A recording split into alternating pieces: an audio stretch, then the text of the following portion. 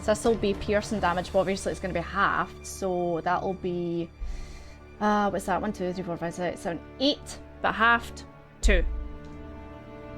And it is gonna toy a little blood monster as well. Oh, sorry, I've just covered you with the blood monster. There we go. So, That's okay. You can cover me. The blood monster is gonna go after Seraphon. Okay, so blob. So yeah, you see it spitting out a little monster of this kind of congealed blood with all the kind of tendrils and spikes that come out of it. And we are on to the werewolf in front of you, Seraphon. Well, we're back. So, you hit it with a moonbeam, and it fails its constitution saving throw. So, it transforms back into a man. However, on its turn, I think as long as it moves out the moonbeam, it can transform back. Is that correct? Yes, that's right. Cool. So, you see this awful transformation happen in front of your eyes where the bones break and even the muscles and the bones in the face protrude and start to burst and elongate, and the fur explodes from within the skin as it turns back into this horrific vampire bat. And he's looking a bit squibbly, but he's gonna try and take a little multi-attack at you, which is a 3, so the first one misses, and the next one is an 18, so that will hit, and he will do, oh, can't even see that, 6 points of piercing damage on you as he takes a little swipey swipe at you. Oh, so it did start its turn in the circle. Can it make a Constitution saving throw? The magic circle, or? It started its turn in the moonbeam. Oh, in the moonbeam. Sorry. Yeah, I thought you were talking about the magic circle. No, not the. See. Yeah. That is a 17, so it passes. Passes. Okay, so it can take half. Half damage. Half of 21. So yeah, I'll definitely move away. So let's see, half 21, so 10. 10. So, okay, yep, he's still up. He's looking a bit rough around the edges, but he's still up and he's, I'm still standing. And yeah, Seraphon, we're actually on to you now. Cool. Actually, I should. So, order events. So that happened. I'll just do a Constitution. I'll do my own concentration save. Keep on forgetting about all the concentration saves. So that failed. So the moonbeam disappears after his attack. Okay, I'll delete that for us. Okay, thank you.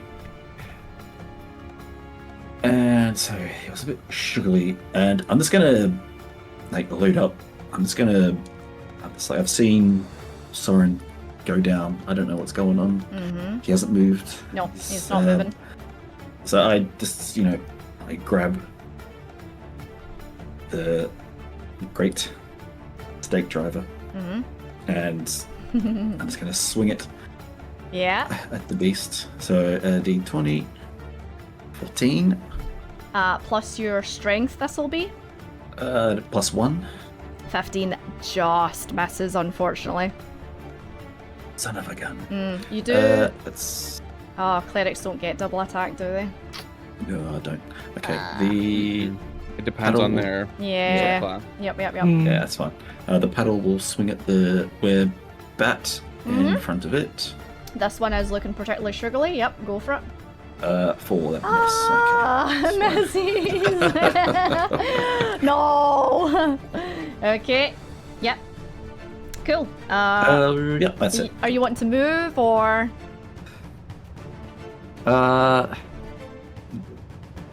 No, I need to stay where I am, unfortunately. Can't risk a hit. Cool. So Balgrim is this little blob's turn, who is gonna try and spike you with its wee spiky tentacles. That is, let's see, plus 16. I think that meets the beats, isn't it? Okay, so you are gonna take 2 points of piercing damage, half, so 1. And what's that? 8 points of necrotic damage.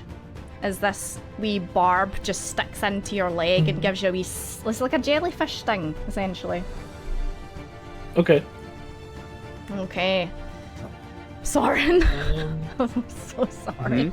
We're back on to blob number 1. He gets advantage, by the way, because I'm unconscious. Oh, he gets advantage. Shit. Okay, I will roll, and I will not read out what I get, and I will message you. Okay. Yeah. Sorry, Bolgrim, what are you saying? No, it's okay. It's just I have to. If I'm starting my turn with fewer hit points than half of my hit points maximum, I must succeed a DC 8 Wisdom saving throw, or You go go into frenzy. bloodlust. Yeah. Yeah. Oh my god, this is so tense. Right, okay, I'll make an attack for the blob and I will message you. Yeah, at advantage. Your AC is... Okay. Cool.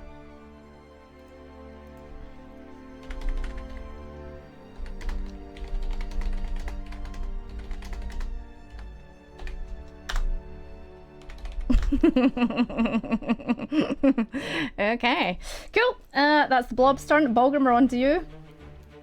So Wisdom saving throw. Yes. Yeah. DC 8. Yeah, made You it. pass. Oh my god, yeah. Nice. Thank god it's a low DC, honestly. And then I'm going to pulverize this guy. Get out of my way. Go for it. Yeah. Oh, that hits. Oh. Absolutely, yeah. Bolgrim, how do you want to do this? I'm going to smash this thing into the ground with the hammer, and then just kick its head off. Oh! Wow! So yeah, you see the head of this beast go and roll off into the water as the body just slumps down. And then I'm going to do my second attack on this one. So Go for after it. that, I would really like to move Yeah. to our friend Soren.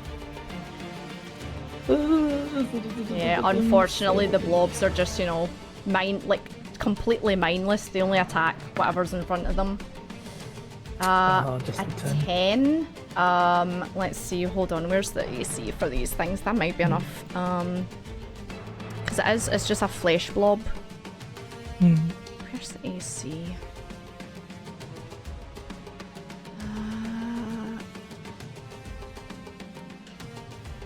What the hell is the AC? Ba.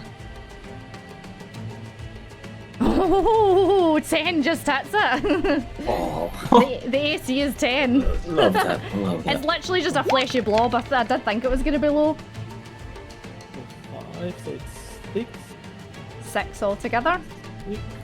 That is looking like... So 6 damage, 6 damage from the maul and 4 lightning damage. Oh yeah, explodes. Okay.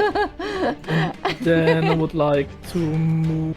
If I almost Almost. go Go for it. almost. Or do I get a sneak check? No, I don't get a bigger.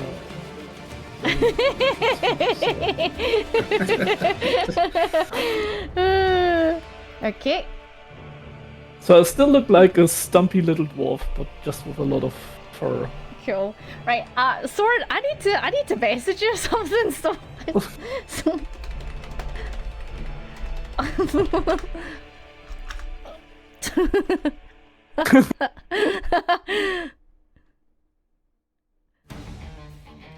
Oh, of course. Yeah.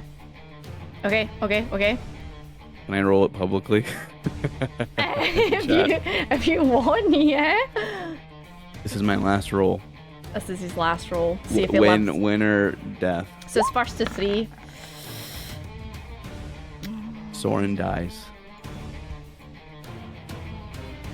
So I slip away and I look at Bear, Bolgrim, and I think to Seraphon, my master and friend, and I just flash back to the trauma of being fed upon by the vampires. And that just haunts me as my last thought. Is just being completely fed upon. I just lay down and look up at the sky. That's it.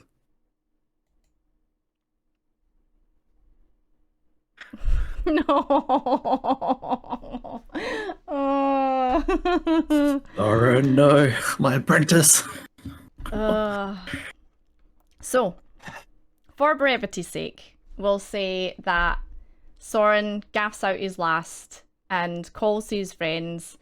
Balgrim, you come over and stomp on this one and delete it. Seraphon, you release another holy beam onto that one, and it goes. And yeah, there's still got to be time. There's still got to be time. Can I revivify and go searching for Soren to find his soul to bring him back? Can you revivify? I can revivify, yes. Okay, post it in chat and let me read. Now the problem is Soren is dead, so if he died in the last minute. Okay. Creature returns to life with 1 hit point. Okay. Do you want to revivify Soren? So I like go into the. I do, but I'll like close my eyes on prayer and like go searching for him in the twilight. And so like I see him like Soren. So hold on. Let's do this properly. Let's do this properly. Soren, you are floating somewhere cold. You're wrapped up in a small fetal position, and all you can feel is the bite marks all over your body open and weep at once. It is like you are being fed on by 1,000 fangs. You are enwrapped in pain as your body and mind scream out for relief. And you feel a warm, scaly hand touch your shoulder, and Seraphon? Soren. it's like ethereal. It's like, you're not going anywhere. I'm just like bring him back down, and I like face him towards me, and it's like, is this what you want? Do you want to come back?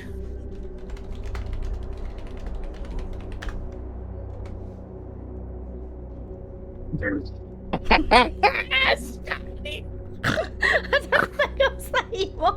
you want to see that? Scotty put a wrong emote in chat.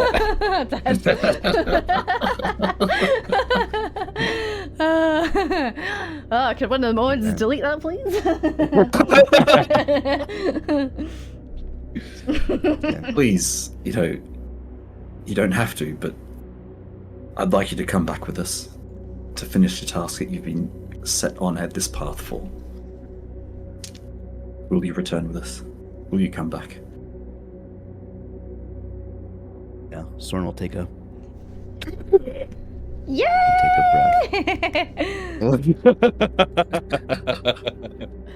So, Soren, you gasp back and look at these two hovering above you, Dragonborn, and are you still fully lycanthroped, or have you changed back, Balgrim? Yep. A werewolf staring down at you.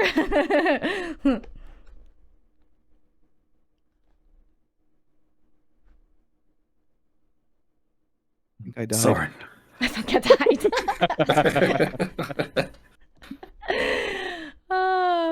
It's like hug. I like pick up Soren. I like just like hug him. I was like, never do that again, please. Soren got absolutely battered. Yeah. It's good that you're back with us, kiddo. I'm sorry.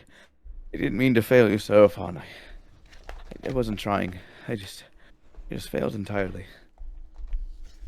A failure is a chance to try again, boy. Don't worry. I've been there, unfortunately, myself. Don't be sorry. Be better. Ooh. So, Okay. yeah, so you take Soren down below. Balgrim, I take it you turn back to Yeah, I'm turning back.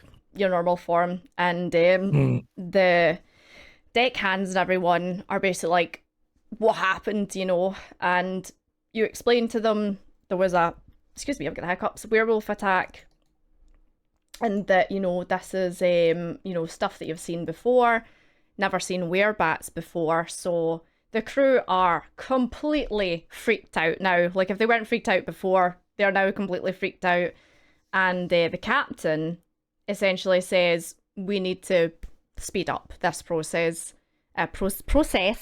So they all agree that you three should take the next day and a bit to recover, especially you, Soren, and they'll essentially like make sure that the ship gets to a port as soon as possible.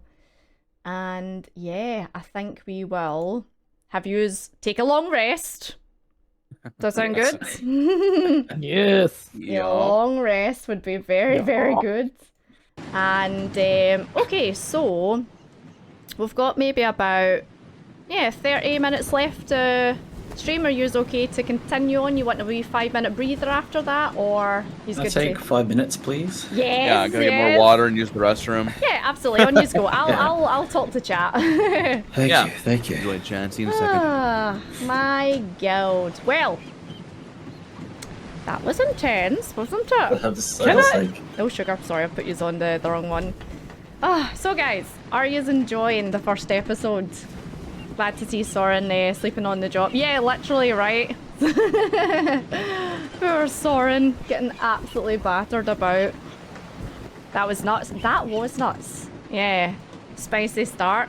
Like, I keep on saying this to the guys, I don't fudge my rolls if, you know, if it is a critical hit from the enemy, if it is, you know, a lot of damage, if, you know, like, I don't like fudging things, you know, and it is scary because obviously I like my players, I like the characters, I don't want them to die, but if the dice gods say that, you know, someone's knocked out, someone dies, then, you know, just to give you a bit of insight, Soren rolled a 16, which is a pass, and then the creature went to attack him, which it missed, so that was fine.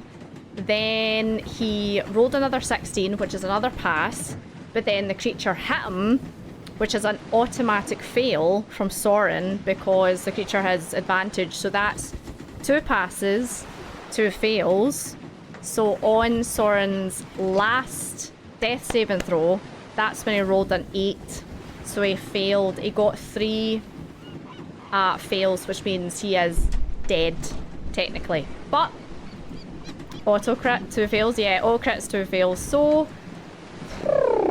wow, that was scary biscuits, let me tell you. Looks like I'm gonna find a game to play now. Oh, also guys, for anyone that is new here, first of all, thank you very much. Thank you for hanging around. I hope you've been enjoying it. We play D&D every 2 weeks. Every 2 weeks on a Sunday. And if you want to... Hold on, let me just grab it for you. If you want to watch season 1, I actually have a playlist on YouTube. That is the full season 1. How do I copy a link to a playlist? Hold on, let me figure this out for you. View full playlist? Yeah, I think this is it. So yeah, if you want to watch season 1, because this is technically season 2, there we go. That is the whole of season 1, which is 12 episodes. Yeah, 12 episodes altogether. and they're about like 3 and a bit hours long. Watch season 1 if you haven't, it's amazing. Season 1 was a lot of fun. So Balgrim and Soren are actually new characters. So Balgrim was playing Martin in season 1. Soren was playing Obadiah in season 1. Seraphon is our only return cast member, but been pretty good. Are you munching? Have mini Snickers. Ooh, I know I've got my donut. Should have another wee bit I've of it. got Skittles. Oh my god, all the sweeties. Refreshing council juice. Council juice. Hey, it's the best juice in the water, in the world, let me tell you. Don't forget my donut, I know. So that was tense. That was very I need to open a window. It's so warm now, I'm pure sweating. Got shaky. Yeah.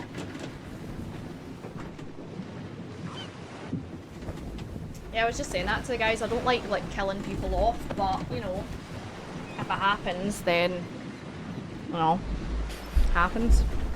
Sorry, no dying before I meet you. Yeah, true. No dying before you meet Dracula. Oh, man. Dracula. Oh! Welcome back, Balgrim. Hello. Right, I did not get my water. I got everything else but my water. go get your water, your silly sausage.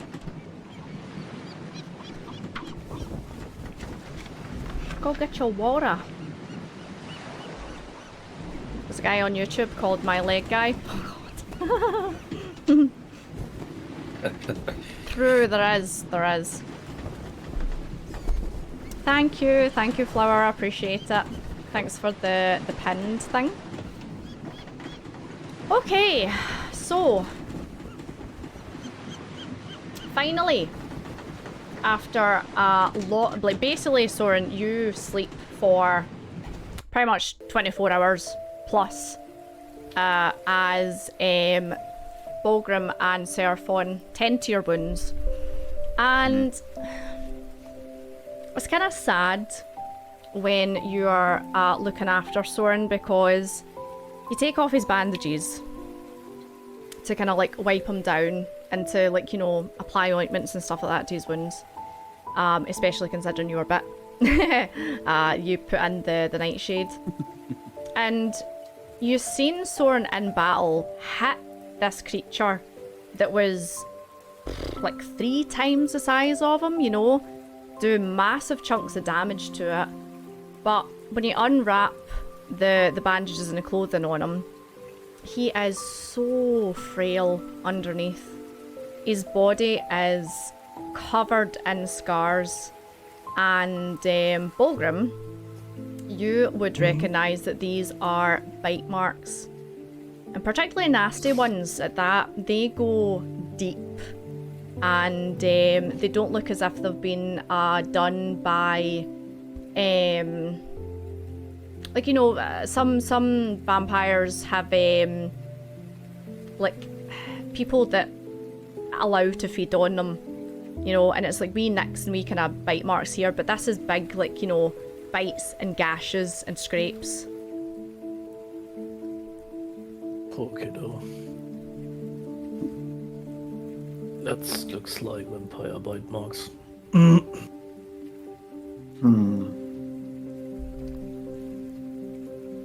Poor boy. Being used. The poor lad. He needs great care. It's not just physical, I know. That runs deep. It's trauma. Needs Balgrim, our love and care and friendship. I don't think he's had much like this before in his life, and we need to take care of it. He also needs training. Yes, I think we all need to learn to work together as a unit, especially with what we're facing. And if that was just the beginning, things will only get worse. So I think we should spend time devoted whenever we can to training together, working as a unit to fight and kill these beasts.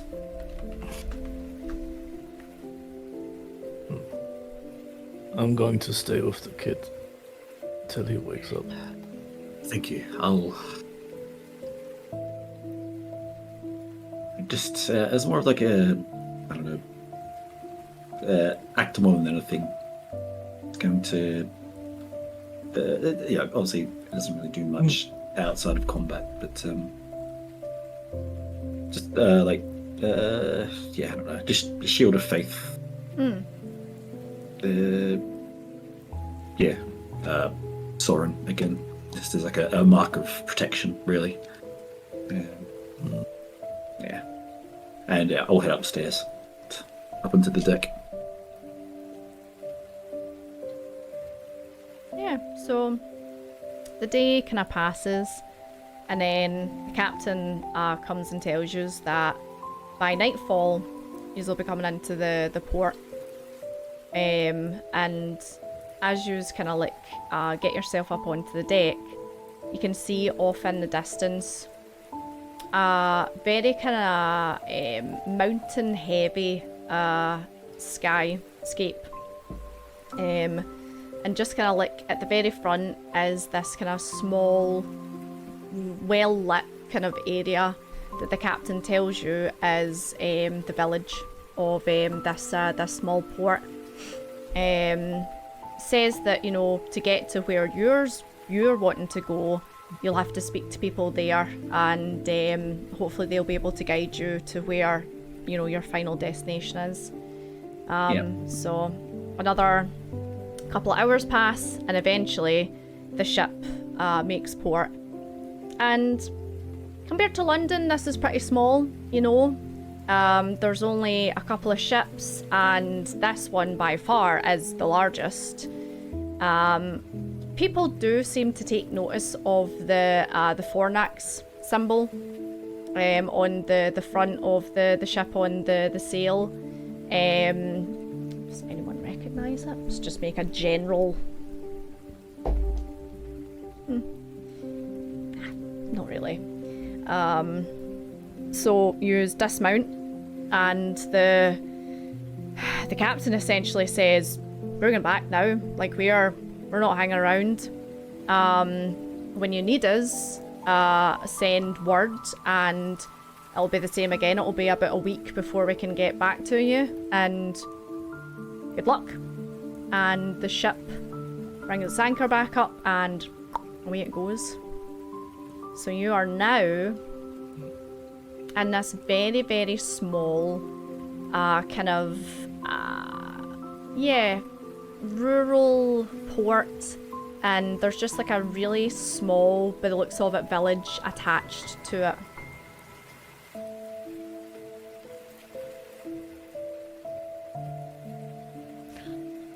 Well, I guess we better find somewhere to stay, some advice.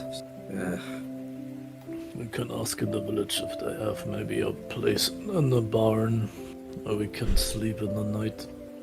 Well, hopefully there's an inn, I would think, rather than a barn. Bulgrim? Or an inn. Well, you cannot be so sure about if there is an inn or not. A good idea, let's try it. Yeah. So I guess, can we walk in? Are there any, I don't know, like dock workers or, you know, like an equivalent to, is it Zenith? Zenith? Yeah, it's any kind of dock master or harbour workers we can ask for directions. I mean, it doesn't look as well organised as London. There's not like like, you know how Dock Master Zenith had like his office and stuff like that here?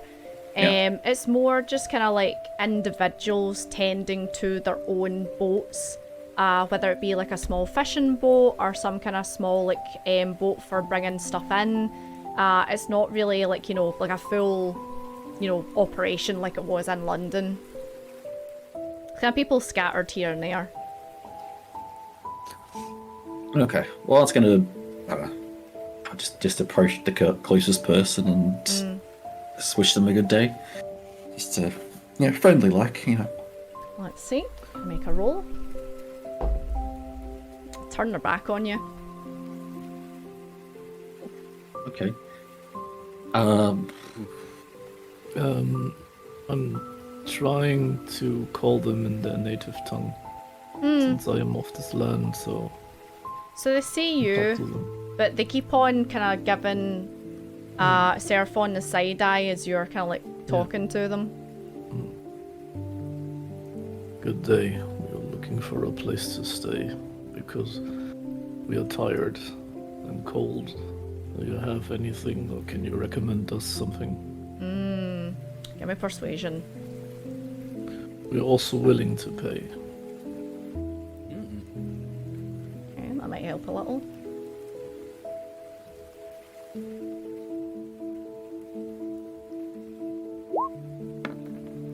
Oh, okay.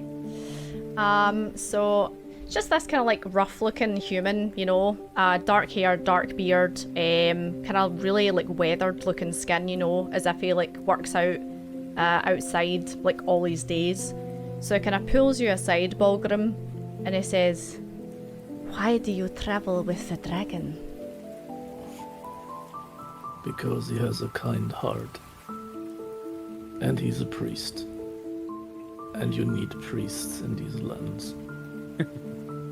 I know we need priests, but He, we do not need dragons.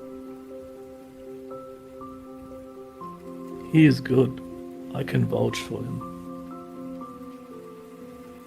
You say you He have. will not bring you. You say you have gold, He will not. Yeah. right? And I give him a golden coin. Ooh. So yeah, he takes the coin and like quickly puts it into his pocket before anyone sees, and points you towards the direction of the village and tells you there's an inn there. They may take you. Thank you. He says that in this direction there is an inn that could take us. Okay. Thank you, Walgrim. Seems Soren, how are you holding up? Can you walk? I'm fine. I can walk. Yeah. Do Good. If you need a break, just say it.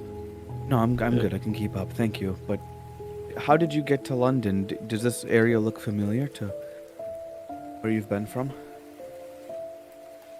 Yeah, you would have I maybe entered left from this port. Yeah. Yeah, I've been here before. Like, and I got on one of the ships that was here to London. Okay. How does it feel being back Don't- home? Mixed. It's mixed feeling. Don't mind the people here. Most of them stay by themselves. They are not so. I wouldn't say trustworthy, but they are really reserved to outsiders, especially to dragons. Yeah. So please don't take it personal, Seraphim. Balgrim, you can give me a history check to see if you can suss out why people here are a bit funny with dragonborns. Nah, you're not 100% sure. Yeah, but they seem to have immediate distrust or dislike. Yeah. Very interesting. I wonder what happened here. Some people are suspicious, so they have their suspicions. They are like, how you say that? They have too much faith in the supernatural. They see dangers around every corner, which is normal in this country. I understand. Well, I think it's best if I just, as best I can, just remain out of sight and do as little as possible and assuage their fears. No, just be yourself. You will win them over, believe me. Thank you, Barbara. I will try. I can only be myself. Thank you. Well, should we try and find this inn? And Oh, let's see get if they'll out of take this us? cold. Yeah. So yeah, you travel up these kind of very kind of small, winding, narrow roads, and this wee kind of place is built into a hill. So everything's kind of like an uphill battle.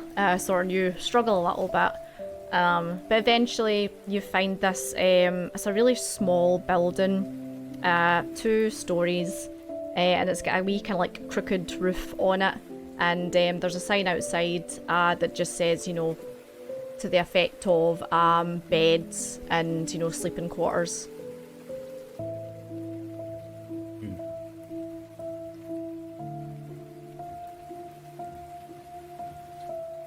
Maybe it's best that you speak on behalf of the party from here on in, Pilgrim. Yes, you seem to know the people and their ways better than I. But Well, also because you're Dragonborn. also To put it quite bluntly, I think it's best if we just hang back. Yeah. well, if you want to do this talking, I can hopefully bestow some guidance upon you to help. Thank you. Guidance. So I'm approaching the innkeeper. And, So it's like a kind of older woman, kind of really wild looking black hair all over the place, and she's just sitting at a small desk, and she's got some paperwork in front of her, and she's just, you know, kind of looking through everything. do you have free room, or do you have a room for us? She doesn't even like look up, and she's like looking through, and she's like, "How many?" We are 3 people, but we can also take 1 room. We take what you have. She kind of looks at you, and she's like, 3 in 1. No, you cannot do this. No. 3 rooms. 3 rooms. 3 rooms are also fine. And I slip her a gold coin. Would that be enough? she kind of like her eyes go massive, and she like again, same as the guy at the dock, like, you know, grabs it and slides it and puts it in her pocket. She's like, I get your keys. and she goes and she clink clink clink and gets 3 keys and slides them over, and she's like, No meals. That's fine. We just need the bed to stay. Oh man. The voice is killing me.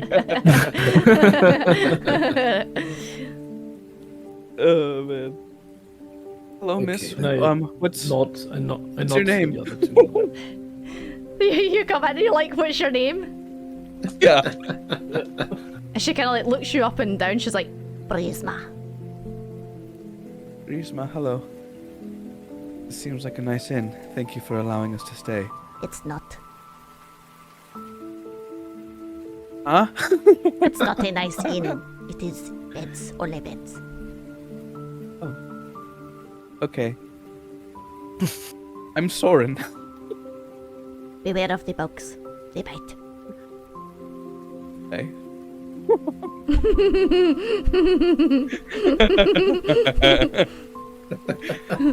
We'll walk away, yeah. Seraphon, how are you getting in here? Well, she's looked at us 3, hasn't she? She's looked- Oh, are she's you looked following up. Soren in? Well, yeah, I thought we were all there. Okay, so Soren, you go up and you talk to her, and she's distracted by you. And then Seraphon, she looks up at you and she's like, No. and she gets round and she's like this wee tiny woman, you know, with a wee stick, and she's like hitting you with a stick. She's like, No dragons. Get out. Go. Wait, no, please, I... No. Stay away. Bad luck. Well, it's fine. I can sleep outside. Hey, No. Please, it's fine. It's fine. That- It's fine. let him stay. He's no danger. she kind of looks Can him up. also give you... He's a priest. She kind of looks him up and down. Give me a persuasion check.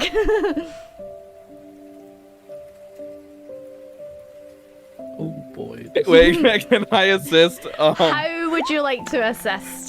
Because I would be like, yes, Seraphon is a priest. He's even healed me, and I'll like show like all the bandages wrapped around me. Okay, so you can either make a separate persuasion check or you can give Balgrim advantage. It's up to you. I'll give Bulger advantage. I'm just gonna Okay. show her my body, just all bandaged. Okay.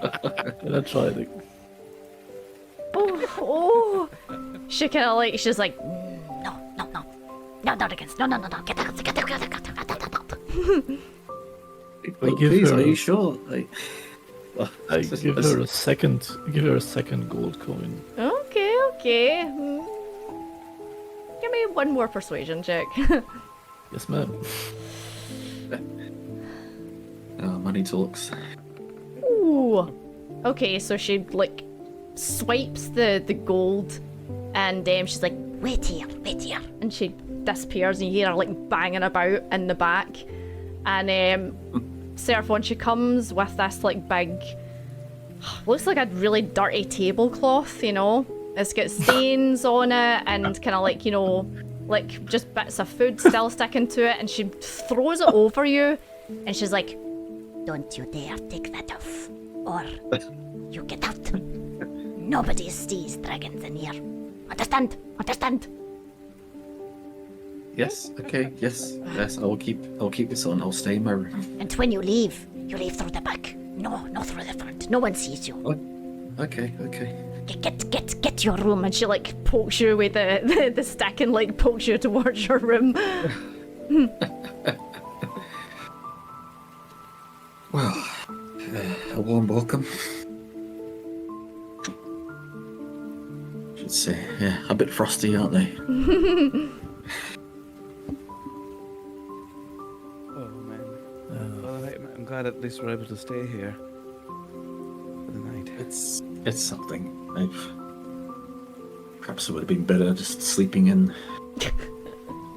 our tiny hut. You know, I could have discussed that. Would have been cheaper, less hassle. Believe me, you want to stay indoors when it gets dark outside. Well, oops, I It's didn't not, it's not safe.